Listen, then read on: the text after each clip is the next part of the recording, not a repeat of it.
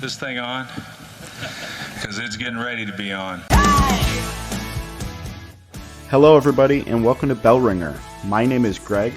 Your guest name today is our very own Kim Grant, the Vice President of Business Development at Invest Buffalo Niagara. Kim joined our team on the very first day, actually, that we started working from home because of the COVID-19 pandemic. We talk about what it's like to do economic development through a pandemic over the last year and highlight a lot of the triumphs that we've had along the way. Thank you so much to Kim for her time, all of her work on our team, and you for listening. So I think we're recording this either the day of or the day before your 1-year anniversary of joining Invest Buffalo Niagara as our Vice President of Business Development. So tell us a bit about how that first year has gone. The first word that comes to mind is whirlwind. I still feel like a Tasmanian devil, whirling from thing to thing to thing to thing to thing. And overall, if I had to craft a job that matched my skill sets, capabilities, and experience and strengths, it would be this role. I am thrilled. And over the year, obviously you and I have worked together and talked either about, a lot of these projects or moments or worked together on them. So, throughout the year, what were some of those like aha moments where, you either felt like you were settling in or kind of understood the impact that our organization was making? So, having come from the University of Buffalo and the Center of Excellence, and having been responsible for the economic impact reporting for the years that I was there, I had no idea the engagement level, the involvement of how involved in every aspect of economic development Invest Buffalo Niagara was before I was here.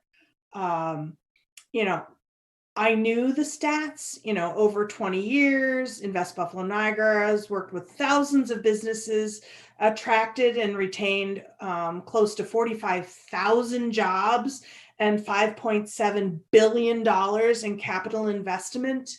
But over the last year, I've seen projects and leads be generated from the website, from our newsletters to our Canadian prospects and relationships.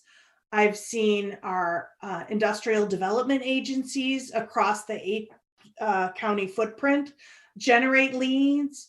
Our partners at Empire State Development and the working relationship that we have to find the right projects for the right sites and craft these economic development incentives and programs and customize them with the help of our utility partners and their grants. The stats alone do not illustrate the amount of effort and work that goes into that lift. And that is why I am just so thrilled to be a part of this team and to be a part of those next milestones of new job creation and further investment in our community. And in kind of this, it seems somehow like a quick and super long year at the same time, but you've had some significant successes for the organization. We obviously keep current projects that we're working on confidential, but can you share some of those successes that have crossed the finish line, or maybe, because they're out in the media, are close to that? Absolutely. It goes without saying that Plug Power going in as the flagship company at the Stamp in Genesee County, $290 million of investment and 70 new jobs is going to be huge. I'm personally so proud of Buffalo Studios and the $75 million project and 300 to 600 new jobs that are going to be generated over the next 3 years in South Buffalo. Small projects, large projects. NYPPE. Last summer, I wrote a blog about the Empire State Development COVID Personal Protection Equipment Fund, and I was contacted by Connor Knapp, and now he's in production making N95 masks in Kenmore. TNT Legacy Metals and James Terhune. I can't say enough about these people coming into our community. He was expanding his metals business from his father's entity in Rochester and finding a foothold in Tonawanda and blossoming. Sucro sourcing, $19 million and 55 new jobs on Donna Street in Bethlehem Steel. And I can't say enough about each and every one of these projects. They are each individual. They all had a different set of requirements, and yet in totality, we're moving the needle on generating new jobs and investment in our community. One of the strengths that Buffalo Niagara kind of uniquely possesses is a front door to the U.S. market for Canadians just across the border in setting up operations here in Western New York, accessing our, larger market, being able to bid on made in the U.S., government contracts and have that label on products. So in what ways has the closure of the Can-Am border now for about a year impacted, the work that you do on our business development team? Oh, such a good question. So here's the reality. There are a lot of things that we can still do. We can still have cross-border conversations. We can do a site broadcast and identify the right land or the right facility for a Canadian entity looking to expand into the US. We can do all of those things. We can talk to banks about mortgages. We can talk to attorneys about immigration. We can talk to accountants. We can establish, potential federal trade zones for that raw material to come in and not be charged import tax before it's made into its final product. We can do all of those things. The real bump in the road for us right now is seeing it. So if I'm a business person, if I can't see the property I'm buying, if I can't walk it and meet these vendors and create these professional relationships face to face, and it's just in Zoom, that is a hump that we're having a rough time getting over. If anybody can, we can. I have had clients willing to come across. They fly into New York City, they drive here, they drive back to Canada and are willing to put up with the 14-day quarantine. But it is my most sincere hope that as we sit here on March 15th, in a very short time, we're going to see the border open. We're going to see that herd immunity, both on their side of the border and ours, and that normalcy and expansion can happen. Because I think if we've learned anything from the pandemic, it's been that supply chain with China or Asia component isn't going to work going forward. We all got caught unaware, and all of the companies in Canada that we're working with that are looking for a US-based presence have named that as their number one initiative when the border opens, is to create a location here on the US side to A, service their US customers, and B, onshore or nearshore for their own future sustainability. So you expect some pent-up demand there once it opens. We're taking a lot of those virtual steps with projects, and once visiting is a little bit more feasible, you think we'll see kind of some of these near the finish line? I'm counting on it. So along with a lot of this project work that you do, that's much of your day-to-day job is, helping these business owners establish here in Western New York. We also have a lot of other initiatives that help solve problems that impact our ability to close deals and attract jobs, attract investment. So tell us a bit about some of those other initiatives that are on your plate and all of our plates here at Invest Buffalo Niagara. And this is the meat and potatoes of this organization and the jewel that it is.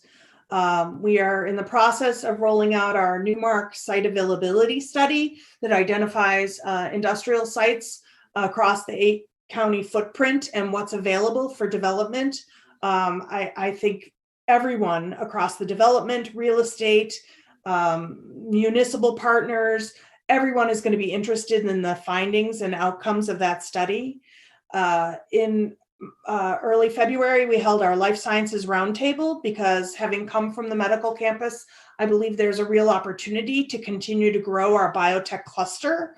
And that's going to manifest itself in other companies, whoever is going to be the next Athenex or Circuit Clinical or Efferent or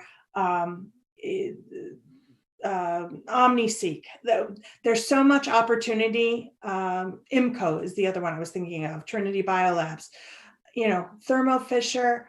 We have a lot of the right pieces in life sciences. It's just a matter of messaging it properly so the rest of the world understands the opportunity here. We have had a hugely successful virtual career fair. So there are extraordinarily talented people that, for whatever reason, left our region, and now we're looking to bring them home and repatriate them, whether it's be in Buffalo or just connecting the right opportunities with the right firms.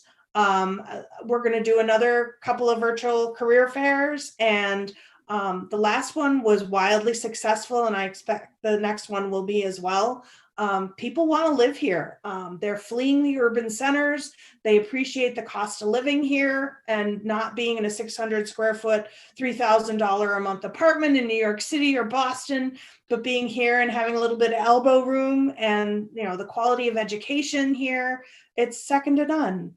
We're in the process of putting together a renewable energy roundtable. We just finished with the New York Power Authority, a recharge webinar talking about the low-cost hydropower and how you can save money and redeploy those resources to other parts of your organization. We're doing a technology roundtable building off what Doug Jamal is doing in the Seneca One Tower, and M&T Bank and Odoo and AML RightSource, and I could go on and on about what's going on in the Seneca One Tower. And then last but certainly not least, economic gardening, which down the thruway at GRE, the Greater Rochester Enterprise, they've deployed and have created new jobs and investment from those second stage companies, over $5 million, less than $99 million, more than 10 employees, but less than 99 employees. And we're looking at deploying that on our east side of Buffalo and really supercharging the opportunities that there are to take those companies to the next inflection in their growth. So let's zoom out. My last question here, because I don't think we often get this opportunity to kind of share what our pitch is to companies outside of the region. So I know you're having these conversations often. If there's a business leader, C-level executive somewhere else in the country that doesn't have that connection to Western New York, maybe has never even been here, what is your pitch to say, come grow your business with us, as we say in our tagline? Why locate here in the Western New York region? Work, live, and play. You can be here and have a wildly successful business.